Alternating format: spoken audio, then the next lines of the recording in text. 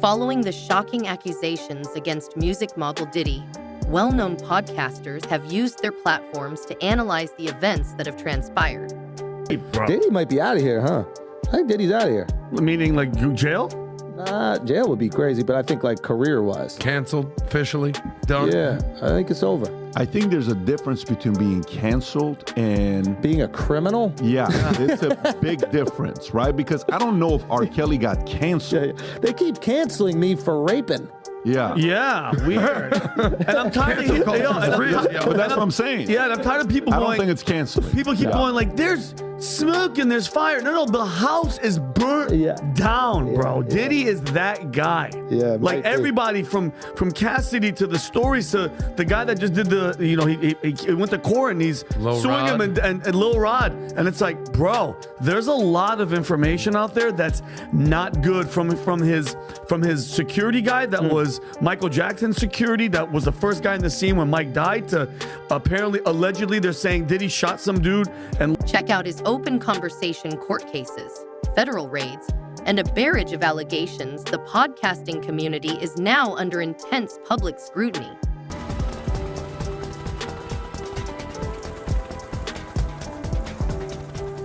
Diddy's Los Angeles and Miami mansions raided by SWAT teams. His sons, Justin and King, in handcuffs in their own yard. We wonder how all of these podcasters would handle this situation and what it means for discussing celebrities in the future. On the Breakfast Club podcast, Charlemagne the God addressed Diddy's situation, acknowledging his contributions to culture but declining to offer full support. He underlined that although Diddy has had a significant impact, serious allegations cannot be disregarded.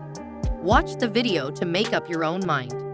The method used by rapper Charlemagne is distinguished by its candor and inability to downplay the complexity of the situation. Audio when Stephen A. Smith started discussing Diddy's legal troubles. You were sounding real suspect on the interview. Yeah. Did you see that? Of course, did he see it? Nah, I didn't see it. You didn't see it? I swear to God. Come on, man. You saw that on World Star and on the gram. Check this out. When they started playing the game, the pause game, I would definitely... That came from Harlem, too, Yeah, it came from Harlem. I definitely would say some, oh my, woo. The crowd would be like, whoa, did he just say that? You know what I'm saying? I don't play games, y'all know. You know what I'm saying? I'm a grown man. I don't play games. But, yeah. Did you compilation? Nah, I was coming off of being in Miami a night of party, and I don't really remember what I was saying. You know what I'm saying? Would you like a reminder? Yeah, sure. Play some. Hey, yo, listen, yo, I love it all. I love it all, man. I like when you like this, Daddy.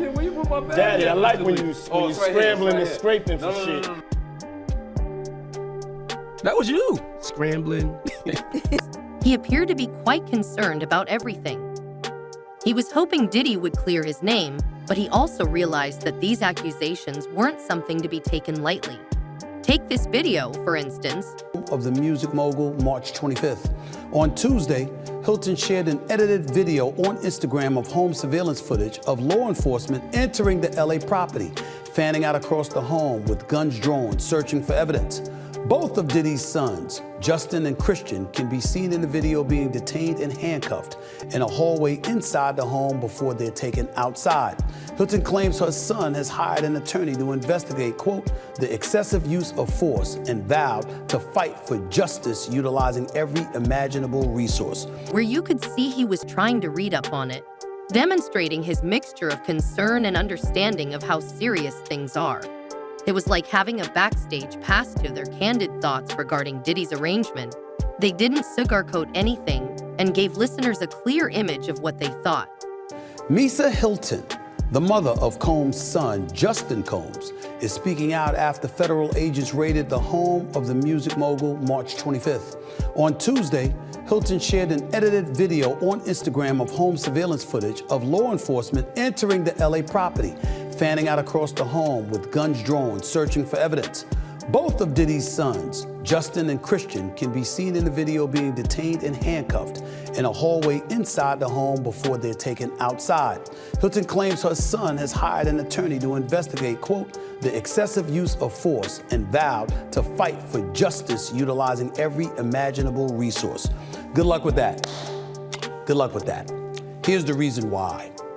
In the age of brutality on the part of some police officers, officers from Homeland Security busting into the home, guns drawn, obviously not a good look. This was done on the Art of Dialogue podcast. Uncle Luke shared some interesting thoughts about Diddy's troubles. Now you didn't hold back, connecting Diddy's legal mess to a lawsuit he had with Diageo, a drinks company. I'm like, hold on, it was like Uncle Luke was piecing together a puzzle showing how one thing could lead to another. Now he really dug deep and Like, I don't like seeing another legacy go up in smoke. Now, listen, you do the crime, you know, you got to be held accountable. Like, that's just the reality of the situation. Crime? I don't know. Now, that's what I keep trying to figure out. I almost don't want to know exactly what it is, because then I can get these jokes off and feel no guilt. Once we find out there's like little kids on situation, giving listeners a fresh perspective on what might be going on behind the scenes. So R. Kelly's been talking on podcasts, sharing some pretty skeptical thoughts about the allegations. People throw around words like sex trafficking and everything. Pull up the definition of sex trafficking. Pull up the definition of sex trafficking. You fly a hooker from city to city. Exactly. So they could be just well-paid hookers, Exactly. but it's illegal to be a hooker. That's my But point. sex trafficking in our minds is like they Larry just taking Epstein. fucking Larry. What's his name? What the fuck is his name? Warren? No, not Warren. What the fuck was his name? Stop it now. What was his Hey, name? stop it now. What was his name? Stop it now. What the fuck was his name? I really can't remember. Jeffrey Epstein. Larry Epstein. Jeffrey Epstein. What the I can't remember what the fuck his name was. but look at what is the exact definition of sex trafficking? Make this bigger, Taylor. Sex trafficking is the recruitment, harboring, transportation, provision, obtaining, patronizing, or soliciting a person for the purpose of commercial sexual act, which a commercial act is induced by force, fraud, or coercion, or in which the person against celebs like Diddy on a show like Surviving R. Kelly. The impact fact, he's been cautioning other CBS to watch their backs, drawn from his own legal troubles in the past. without even realizing it, because the white patriarchy has built this racism systemically into this society. So you're just racist. And then when you have a black woman come out and be like, no, it's not racist. We don't have a racist country. All these things are not racist. I'm sure You're not crazy for thinking what you're thinking. Yes. Regardless of what it is. Like, regardless of what the case is or anything, you're not crazy for thinking what you're thinking. So there will always be an audience that is willing to accept and act, not even willing, like excited to hear that rhetoric. Now, that's not to say that she hasn't said certain things that are potentially cuckoo, right? Of course, but that's the other aspect of it. Yeah. The conspiracy theorist angle. I was talking to Vlad yesterday, salute to Vlad, and me and Vlad was talking about just in general, what is driving the internet right now, especially YouTube? Conspiracy theorist shit. Oh, yeah. People love those. It's like he's saying, hey, yo, I've been there, so y'all better be careful now. He's throwing some serious shade at the accusations flying around, maybe trying to shed some light on what he sees as Puff Daddy was like, yeah, we want you to come and be in this video. You know, I ain't on every scene, you feel me? And so they were like, yo, come on by and do the video. I'm like, nah, I'm good.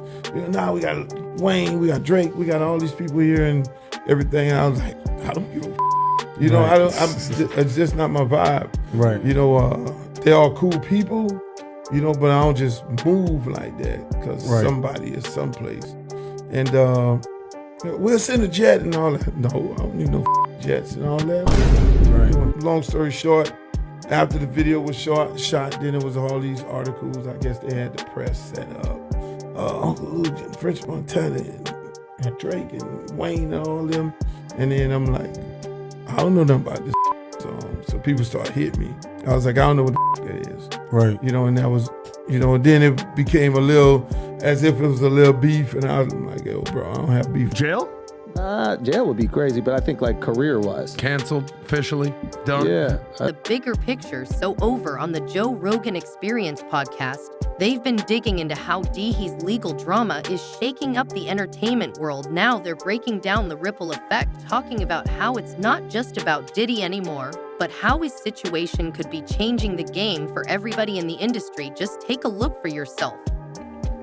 People can go away.